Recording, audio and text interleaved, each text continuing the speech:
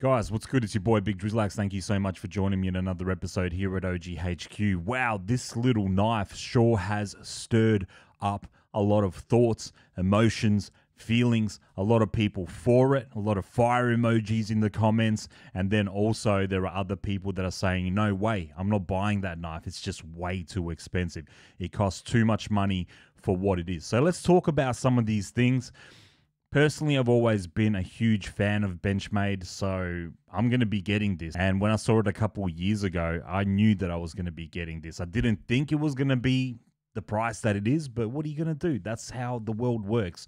Sometimes the little symbol one there, the butterfly, I'm not talking about the other symbol one there, we'll talk about that as well, is a representation of something. And a lot of people in the comments were saying the butterfly used to stand for quality control, was amazing at Benchmade once upon a time, but we all know that this EDC wave kind of came out of nowhere, I guess, through the thing that happened around the world. A lot of people were staying at home, they were online a little bit more, and they were just noticing these little movements that they could be a part of. I was really getting into photography at the time, and I was getting into EDC. I was like really into bags before and pouches, but I wasn't so much into knives. So that little period there kind of got me looking into these things. My first knife was a Benchmade. It was actually this Benchmade bug out, and I saw Peter McKinnon post it, and I was like, what's that? I want to look into it. And I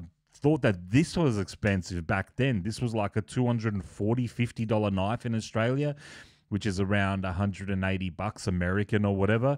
And I thought that was crazy back then. I was like, what is happening here? But once you start to understand that it's the steel and it's just the butterfly, it's the company, it's what they're charging for their things. Some people might just say, look, this is just a plastic handle with a little bit of blade here, metal. Like, why is it demanding that much cash?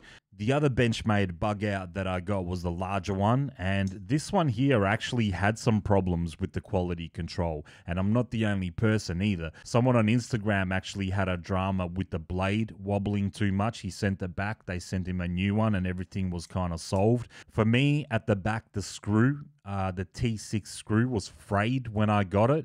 So the minute that I put the screwdriver in, I actually had one screw out. I put the screwdriver in and I was like, oh my God, I'm not getting this out. This screw's done. It wasn't really a good experience, especially for a knife that costs $450, which is around 300 bucks American. It's not really what I wanted to happen with this blade.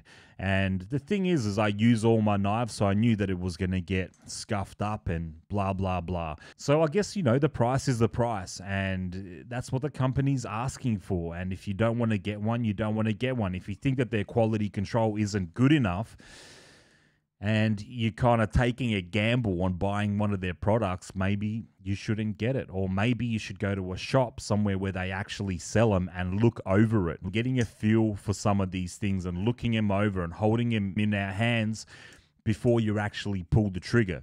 I'm not going to accuse Benchmade of deleting comments, but I noticed that there was a lot more negative comments the other day. I went back there today to grab a screenshot of those comments, and a lot of them were gone, which is kind of weird. Even the same comments that, you know, the original comment, and then it has a whole bunch of replies. The replies were kind of all gone as well. So I was thinking, did the people go back there and delete their replies, or was it Benchmade that deleted it? Because the comments right now are mostly positive except for the price thing.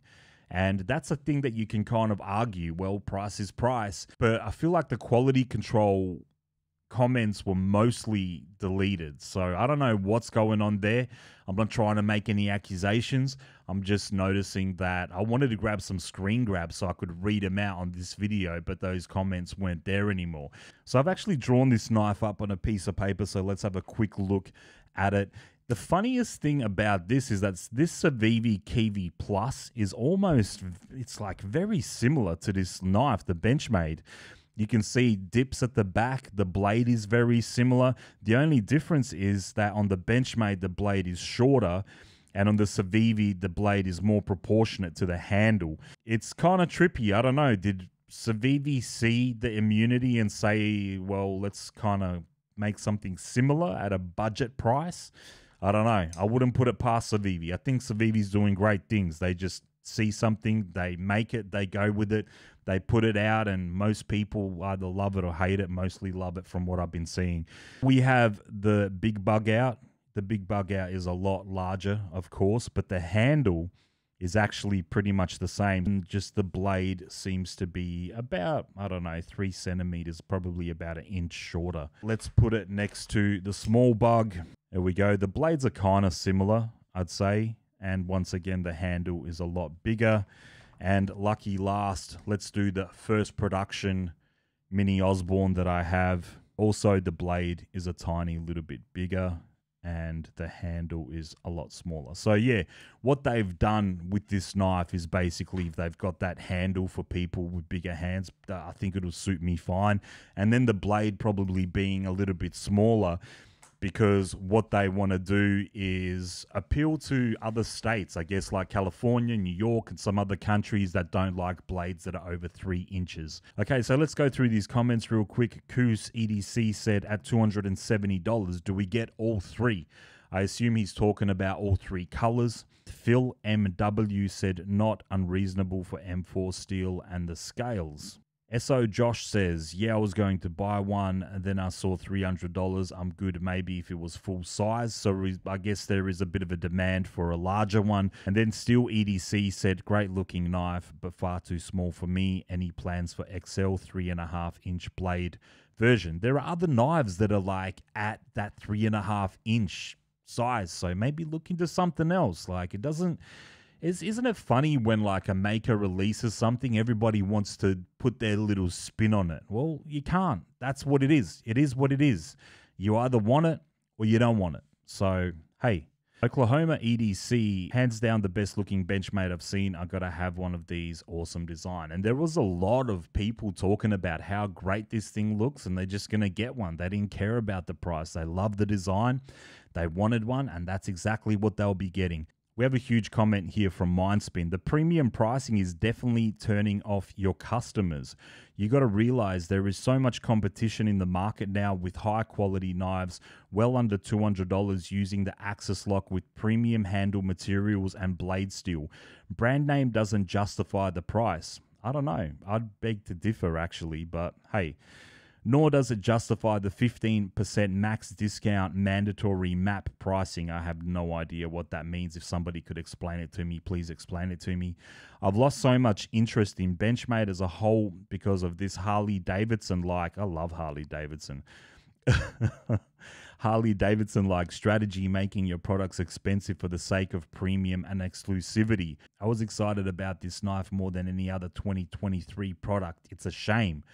Well, Mindspin, the thing is like, if it's not for you, it's not for you, you know? And I mean, it's a company, they got to make money.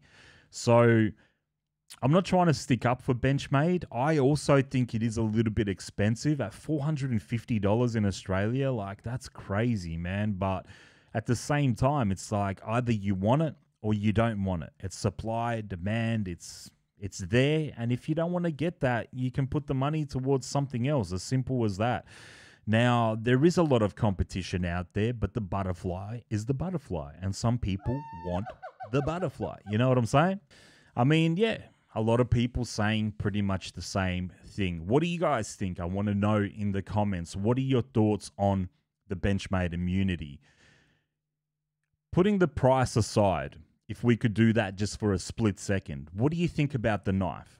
If it was, let's say the knife was like $300 in Australia, which makes it $200, a little bit less than $200 in America, what would you think about the knife? Would you like the knife? Because personally, from a design point of view, I kind of dig it. I saw it on Pete's Pirate Life first. I think he posted it in stories. This is how badass Pete is. He doesn't even have to post it in his grid. He just takes a photo with his iPhone and just puts it in his stories, and he's like, that's it. Like, that's all I'm doing. He's so big time that he just has to do the minimal. Like, some of us to work with companies, we have to jump through hoops, not Pete. Pete's like at the top of the scale, and I respect that. Shout out to Raven the Pirate, because he actually took some really cool snaps of the knife. I'm going to put them up on screen. They look amazing.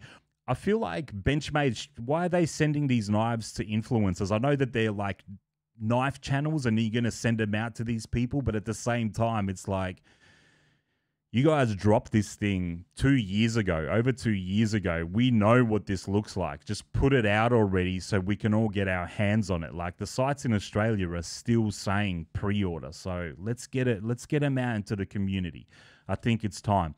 All right, I'm going to wrap it up, guys. Thank you so much for tuning in. I do want to know what you're all thinking. That's why I made this video. There's obviously a lot of controversy around this knife, the price, especially the materials, the quality control. I want to know if you've had personal experiences out there where you'd gotten a Benchmade knife and you'd had problems with the quality control. That's what I want to know down in the comments. If you've made it this far, you are a real one, of course. Thank you so much for riding with me. Like, share, subscribe. There is a super thanks button as well, supports the channel. And see you over on Instagram too. I do a lot of giveaways over there, so it'd be nice if you went over to Insta and followed me over there too. If you don't have Instagram, I'm on Facebook as well, TikTok, all that stuff. So till the next time, it's been your boy Big Drizzlax. One love, happy EDCing, and I'm leaving it there. Peace.